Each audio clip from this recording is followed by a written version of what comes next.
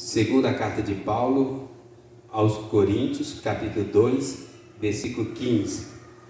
Vamos ler numa só voz?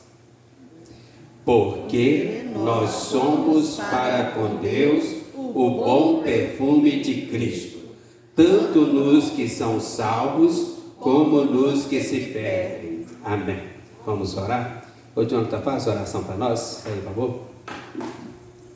Senhor Deus, eterno Pai, nós vencemos o teu santo nome. Amém.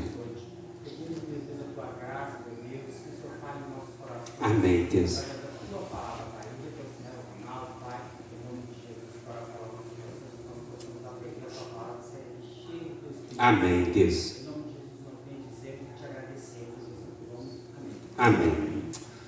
Amém, irmãos. Hoje eu quero meditar com os irmãos sobre a nossa identidade em Cristo. E eu queria começar com uma pergunta bem simples, objetiva e profunda. Quem é você? Quem é você lá no seu trabalho, na sua escola, na sua casa? Quem é você quando você está viajando? Quem é você quando você está longe de tudo e de todos? Ou quem é você aqui na igreja? Eu queria que você pensasse sobre isso nessa noite. A nossa identidade em Cristo. Veja bem, irmãos, eu não estou perguntando o que você faz. Não estou perguntando qual é o seu cargo.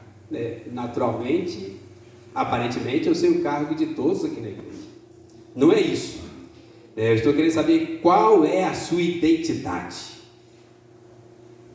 A nossa identidade em Cristo. Quem é você? Irmãos, presta atenção num detalhe muito importante para os nossos dias aqui, olha. É muito importante você entender isso, para você entender o restante. Veja bem, você não é o que as pessoas dizem que você é. Você não é o seu cargo na igreja. Você não é a sua profissão. Você não é o dinheiro que você tem. Você não é o seu status no WhatsApp, ou o seu stories lá no Instagram, ou a sua postagem na mídia social. Você é o que a Bíblia diz que você é. Entenderam? As pessoas falam muitas coisas sobre nós, a maioria das vezes não tão agradáveis. Nós postamos uma aparência nas mídias sociais. Mas o que importa não é o que as pessoas falam, o que importa não é exatamente as suas postagens. O que importa é o que a Bíblia diz que você é. A Bíblia, ela é o nosso manual de funcionamento. A Bíblia é a nossa única regra de fé e prática. Então não importa o seu cargo, não importa o seu dinheiro, não importa o seu status, não importa a sua função, não importa o que você é, faz ou tem, o que importa é o que a Bíblia diz que você é. É sobre isso que eu quero falar nessa noite. Quem é você? O que a Bíblia diz que você é. E o primeiro versículo que nós vamos pensar é este aí. Segunda carta de Paulo aos Coríntios, capítulo 2, versículo 15. Porque nós somos para com Deus o quê? O bom perfume de Cristo. Você é o bom perfume de Cristo. Seja aqui na igreja, no domingo, culto solene, todo mundo lindo, maravilhoso, cheiroso, perfumado, banho tomado, você está todo perfumado, amém. Mas lá no seu trabalho, lá na sua escola, na sua casa, aonde você estiver, você é o bom perfume de Cristo. Entende? O que significa isso? Esta ideia do bom perfume de Cristo seria oriunda lá no Antigo Testamento, em Êxodo 29, 18, em Êxodo 30, quando havia os sacrifícios. Então, as pessoas levavam animais para serem sacrificados. E tinha pelo menos 3 sacrifícios que eram muito importantes e subia como aroma agradável a Deus, ou um bom perfume para Deus. Quando as pessoas faziam sacrifício de consagração, as consagrações de sacerdotes. Quando as pessoas faziam sacrifício de perdão, remissão de pecados. e quando as pessoas faziam sacrifício de gratidão e ações de graças. Então, lá no Antigo Testamento, quando havia algum desses tipos de sacrifício, a Bíblia diz que subia como um perfume agradável a Deus. E todos sabiam. Só para vocês terem uma ideia, irmãos, quando havia lá o sacrifício, a consagração dos sacerdotes, era derramado perfume sobre o sacerdote. Alguém aqui já tomou um banho de 6 quilos de perfume? Os adolescentes? Os namorados? Não? Ninguém? Os sacerdotes eram assim. Se você olhar lá em Êxodo 30, versículo 23 ou 25, quando havia a consagração do sumo sacerdote, diz que eles pegavam os perfumes mais valiosos, mais cheirosos, e era derramado sobre os sacerdotes. Eu peguei aqui na tradução, aqui, trazendo nossos dias, 6 quilos de mirra. A mirra já era um perfume cheiroso. 6 quilos de mirra. Imagine você tomar um banho de perfume de 6 quilos de mirra, mais 3 quilos de canela, 3 quilos de cana, 6 quilos de caça, tudo junto. Juntava tudo, fazia um perfume, e agora vamos consagrar o novo pastor da igreja. Aí dava aquele banho de cima e embaixo, e aquele perfume inundava ali o templo, inundava o tabernáculo. As pessoas que passavam lá fora, todo mundo percebia, e diz que isso era agradável a Deus. E agora, quando nós chegamos no Novo Testamento, na Nova Aliança, a Bíblia diz o quê? Vós sois o bom perfume de Cristo. Aonde o cristão passa, ele leva o bom perfume de Cristo. Numa outra tradução fala assim: porque somos como o cheiro suave do sacrifício que Cristo oferece a Deus. Ou seja, o sacrifício de Cristo em nosso favor se torna um perfume diante de Deus. A obra de Jesus, quando você recebe Jesus no seu coração, recebe a salvação, a obra de Jesus passa a ser sua, e aí você se torna o bom perfume de Cristo. Onde que eu estou querendo chegar, irmãos? Cristo em nós nos faz o bom perfume de Cristo. Entende? Então, aonde você estiver, você tem que lembrar disso. Você é o bom perfume de Cristo. Lá no seu trabalho, lá na sua escola, viajando, passeando, de férias, trabalhando, em casa, na igreja, você é o bom perfume de Cristo. O que significa isso? Que aonde você passar, as pessoas têm que lembrar de Deus de uma forma agradável. O sacrifício de Cristo, a obra de Jesus vale para você e impacta as outras pessoas. Mas vamos caminhar mais. Agora, olha o capítulo 3, versículo 2. Vamos ler o 1 e o 2. Então, a primeira parte da nossa identidade é que nós somos o bom perfume de Cristo. Exalando esse perfume, aonde nós passarmos, as pessoas vão olhar para nós, vão lembrar do sacrifício de Jesus, lembrar de Deus. Agora, olha o capítulo 3 aí, vamos ler junto, o versículo 1, versículo 2.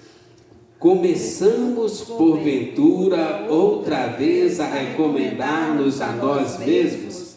Ou temos necessidade, como alguns, de cartas de recomendação para vós outros ou de vós? Vós sois a nossa carta, escrita em nosso coração, conhecida e lida por todos os homens. Amém. Vós sois a carta de Cristo, enviada ao mundo. O perfume que passa, e as pessoas olham, percebem, lembram da obra de Jesus. Vós sois a carta de Cristo. Uma carta de recomendação era muito comum naquela época.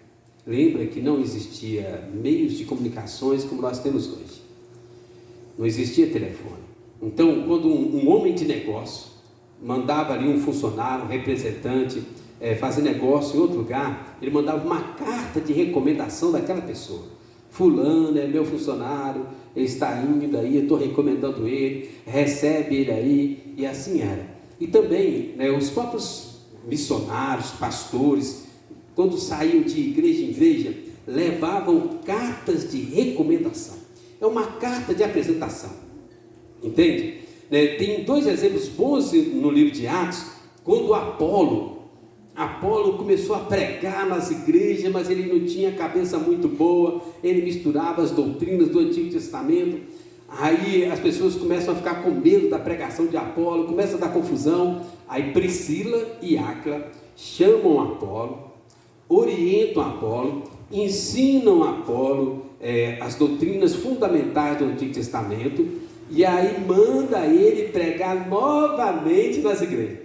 Só que estava todo mundo com medo das pregações dele, porque ele falava muito eloquente, mas era meio confusa as ideias dele. Aí a Priscila escreve uma carta de recomendação e dá a Apolo. Então Apolo chegava nas igrejas, tem uma carta de Priscila e Áquila, aí deixava ele pregar naquela igreja. Também acontece isso quando Paulo estava preso, e aí ele evangeliza um escravo que havia fugido, e agora esse escravo vai ser devolvido ao seu patrão, de onde ele tinha fugido, roubado, e agora ele foi preso e vai ser devolvido para o patrão. Aí o apóstolo Paulo escreve uma carta de recomendação a quem? Filemon. Eles querem para Filemon: olha, está aqui Onésimo, foi evangelizado, convertido, antes ele era escravo, agora você recebe ele como irmão. Antes ele era inútil, agora ele é útil. E aí Paulo escreve uma carta de recomendação para Filemon. Então, irmãos, era muito comum, naquela época que a gente não tinha como conferir as informações de uma forma imediata, as pessoas levarem cartas de recomendação, e aquelas cartas eram recebidas com autoridade de quem assinou. E agora Paulo está afirmando o quê? Que os cristãos da igreja de Corinto eram as cartas de recomendação do próprio apóstolo Paulo. Haviam pessoas duvidando do ministério de Paulo, pessoas que não aceitavam o ministério de Paulo, questionavam o ministério de Paulo, questionavam a apostolicidade de Paulo. Por quê? Para ser apóstolo, tinha que ter andado com Jesus e recebido ensinamento diretamente de Jesus. Só que Paulo converteu depois da morte, ressurreição e assunção de Jesus. Então ele vai dizer: Paulo não é apóstolo. Aí Paulo assim: eu sou apóstolo. Eu andei com Cristo espiritualmente, Cristo me ensinou diretamente, uma revelação especial, e vocês são a minha carta de recomendação. E aí Paulo fala assim: vocês, os cristãos de Corinto, são a minha carta de recomendação. Irmãos, e hoje, quem são as cartas de recomendação de Cristo nos nossos dias? Eu e você. Nós somos as cartas de Cristo enviado ao mundo. Cada cristão convertido a Cristo é uma carta viva de Deus enviada ao mundo. Irmãos, presta atenção onde eu estou querendo chegar. Muitas pessoas não leem a Bíblia, mas leem a vida do cristão. É normal nós encontrarmos pessoas que nunca tiveram contato com as Escrituras Sagradas, mas que têm contato comigo e com você no dia a dia, como os convertidos a Cristo. Nós somos as cartas de Cristo enviadas a esse mundo. Entende? Eles olham para nós, leem a nossa vida e tiram ideias de quem é Cristo, quem é Deus, o amor de Deus, a graça de Deus. A vida nossa é uma carta aberta ao mundo. Não sei se alguém já teve uma experiência de, às vezes, no trabalho, na escola, de repente alguém fala assim: você é crente? Ou então fala assim: uai, mas você não é crente? Aí é pior ainda, né? Quando você faz uma coisa assim que eles acham que não deveria fazer. Entende? Então nós somos a carta de Cristo, uma carta aberta diante dos olhos, dos holofotes, das luzes do mundo. Entende, irmãos? Talvez o seu colega de trabalho, seu colega de escola nunca vai ter uma leitura da Bíblia diretamente, mas olhando para a sua vida, ele vai tirar conclusões sobre Deus. O Hernandes Dias Lopes, né, um dos pregadores mais famosos do nosso tempo, numa pregação dele, ele fala assim: uma vida transformada pelo Evangelho é um argumento irresistível, irrefutável e irrevogável em favor da verdade de Deus. Então as pessoas olham para nós, olham para a nossa vida, leem a nossa vida e tiram conclusões sobre Deus. Irmãos, a vida transformada dos coríntios era a carta de recomendação de Paulo. As nossas vidas transformadas pelo poder do Evangelho é a carta que as pessoas irão ler na nossa família, na nossa escola, no nosso trabalho. Entende, irmãos, a seriedade? Vós sois o bom perfume de Cristo. Vós sois a carta de Cristo. Olha agora o versículo 5 do capítulo 4. Vamos mais um? Versículo 5 do capítulo 4. 2 Coríntios 4, 5. Vamos ler juntos? Porque não nos pregamos a nós mesmos, mas a Cristo Jesus como Senhor, e a nós mesmos como vossos servos, por amor de Jesus. Vós sois servos de Cristo. Irmãos, isso é muito importante nesses tempos que as pessoas ficam reclamando: meu direito, meu merecimento, meus méritos. Irmãos, aqui está falando que vós sois servos de Cristo. Esta palavra servo em português, ela é um pouco diluída. Mas lá no original, que foi escrita a Bíblia, na língua grega, foram traduzidas para o português, tinha 3 palavras para servo. Tinha a palavra para servo, que nós traduzimos, na verdade nem traduzimos, que a gente chama leitorgos, de onde a gente tem liturgia, que a gente traduz como servo, significa aquele que presta um serviço a Deus. É servo, servo de Deus. Tem a outra palavra que é muito conhecida nossa também, que não foi traduzida e às vezes traduz na Bíblia como servo, diáconos.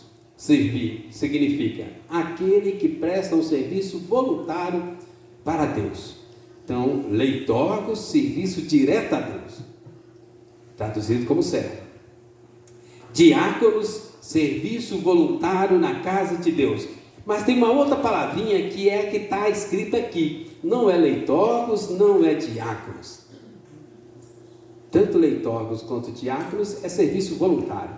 Aqui a palavra é doulos. Doulos significa escravo, alguém que não tem direito. Nós somos escravos de Cristo. E escravos uns dos outros por amor a Cristo. Irmãos, Cristo é nosso dono, nosso Senhor, por direito de criação e por direito de resgate. Foi Cristo que nos criou. Se Jesus não tivesse te criado, você nunca teria vindo a existir. Ou você acha que uma explosão criaria uma pessoa tão bonita igual você? Jamais. Ou você acha que uma ameba iria evoluir e trazer uma pessoa linda igual você? Nunca. Explosão não cria nada, só destrói. Entende? Irmãos, foi Cristo que te criou de uma forma maravilhosa, como a coroa da criação de Deus. Amém? Por isso ele é o seu dono por direito de criação. E ele é o seu dono por direito de resgate. Adão e Eva nos venderam para Satanás. Satanás nos comprou da mão de Adão e Eva.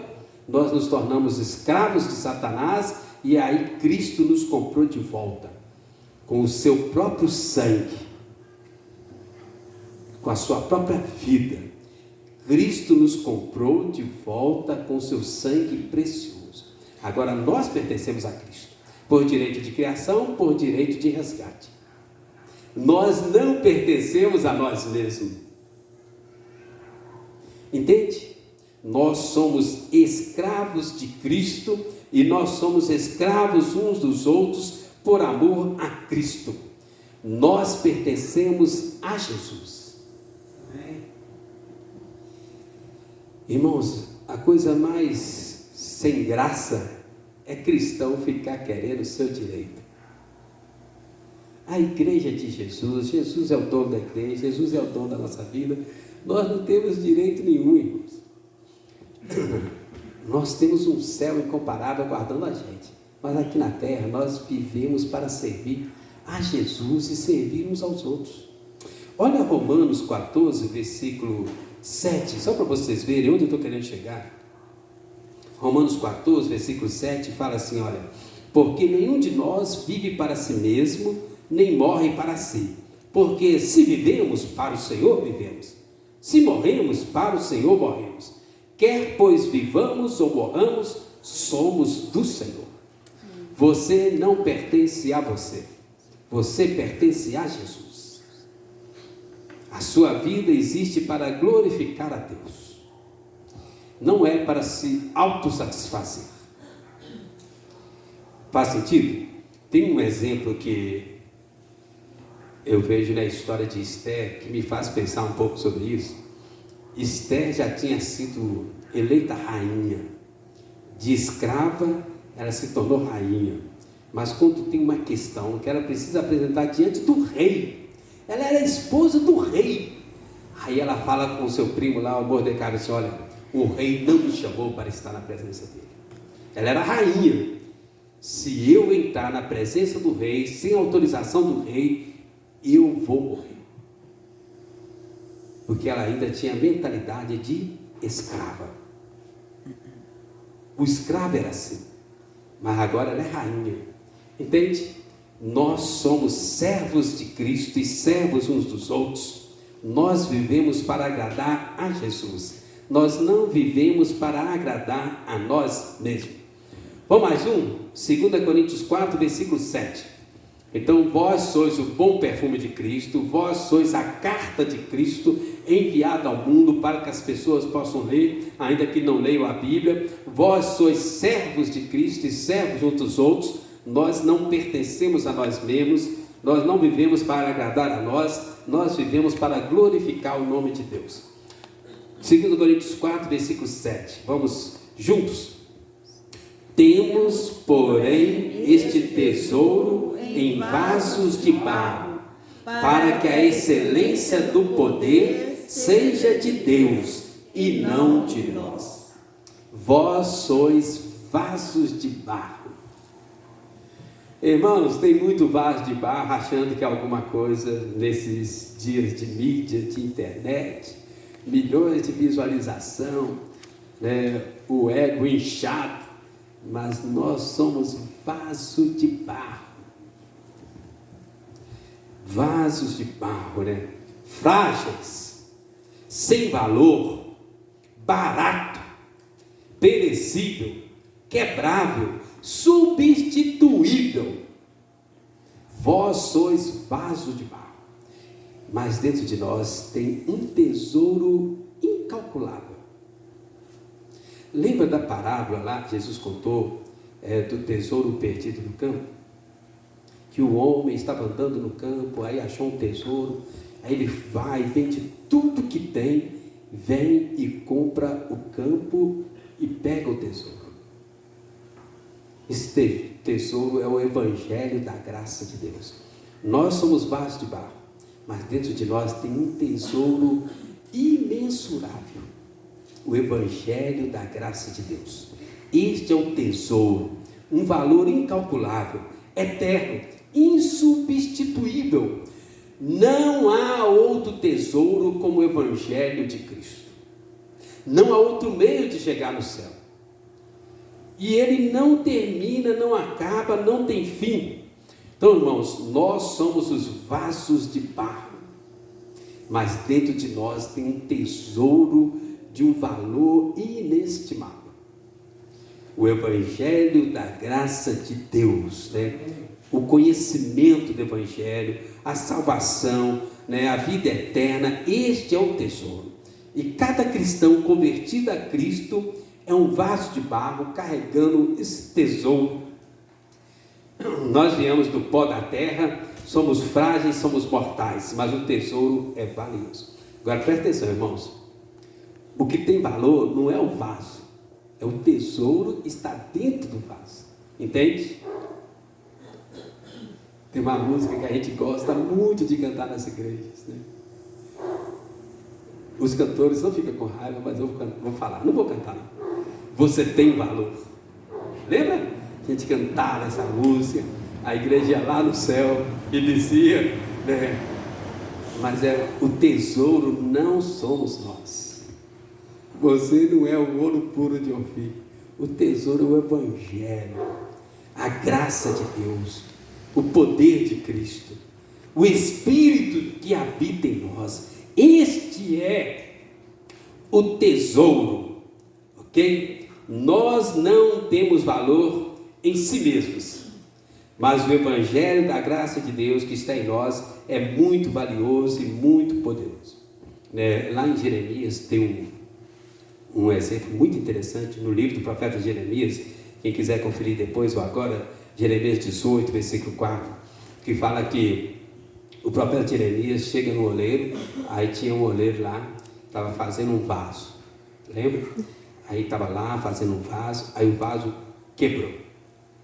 Aí o oleiro foi lá, pegou o vaso e fez um vaso novo. Irmãos, presta atenção nisso aqui. Nós somos vasos de barro, frágeis, quebradiços. Mas Deus é o oleiro. E Deus é mestre em fazer vaso novo. E presta atenção no detalhe. Deus não faz vaso remendado. Deus não conserta vaso. Deus faz um vaso novo, sem remendo, sem defeito, sem nada do antigo.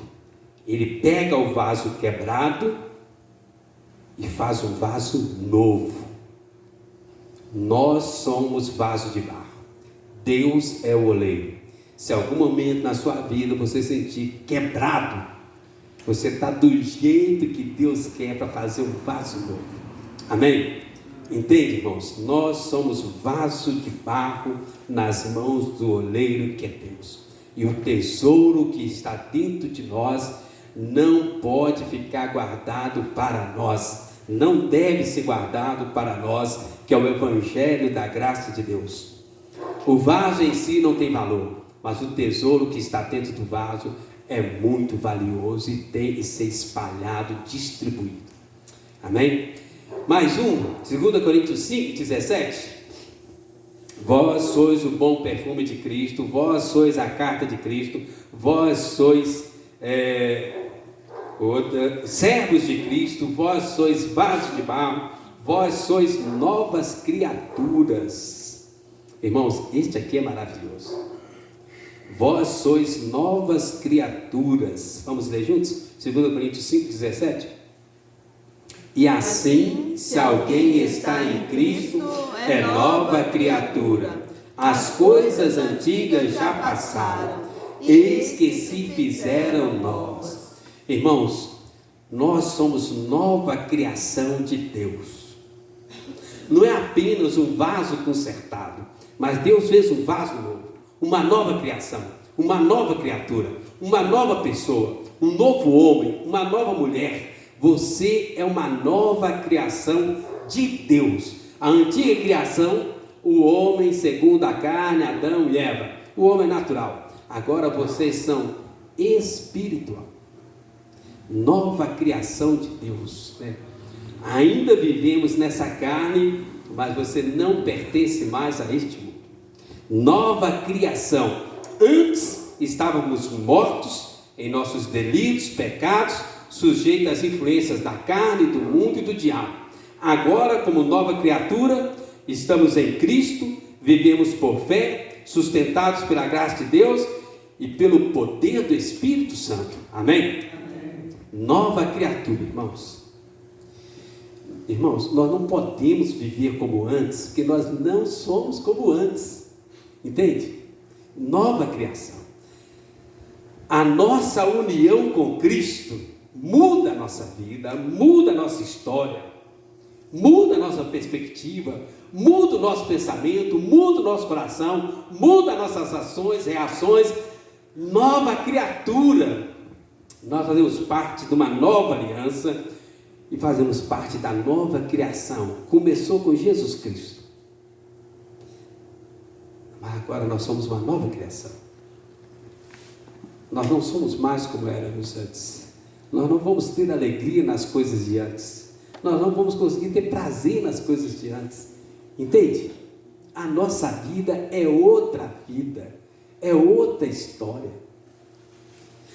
Tem muito cristãos frustrados, porque eles recebem Jesus, recebem a nova vida, mas querem viver como o velho homem, com a antiga vida. Só que não tem jeito. Pensa numa lagarta que passou uma metamorfose, virou uma borboleta. Faz sentido essa borboleta viver rastejando, comendo pó da terra? Ela agora é uma borboleta. É uma nova criatura. Você não é mais quem você era antes. Você é uma nova criatura. A nossa união com Cristo traz uma nova vida, uma nova história para nós. Os crentes, cristãos, são eleitos em Cristo, justificados em Cristo, santificados em Cristo, salvos, glorificados. A sua vida é outra vida, irmãos. Você está a caminho do céu. Antes você estava a caminho do inferno. Entende? Deus tem uma nova história para escrever na minha vida, na sua vida. Nós não podemos ficar presos na antiga história. A nova história está começando na sua vida, com Cristo. Deus é o autor escrevendo na sua vida. Entende, irmãos? Ser nova criatura é ser parte da nova criação de Deus, é viver no céu antecipadamente, é ter um gosto antecipado da restauração de todas as coisas. Deus tem um novo céu e uma nova terra aguardando a gente, e nós fazemos parte do plano de Deus, e devemos viver nessa perspectiva do novo céu e da nova terra. Não faz sentido a gente ficar rastejando no pó da terra como lagarta, se nós já fomos transformados e agora nós voamos como borboleta.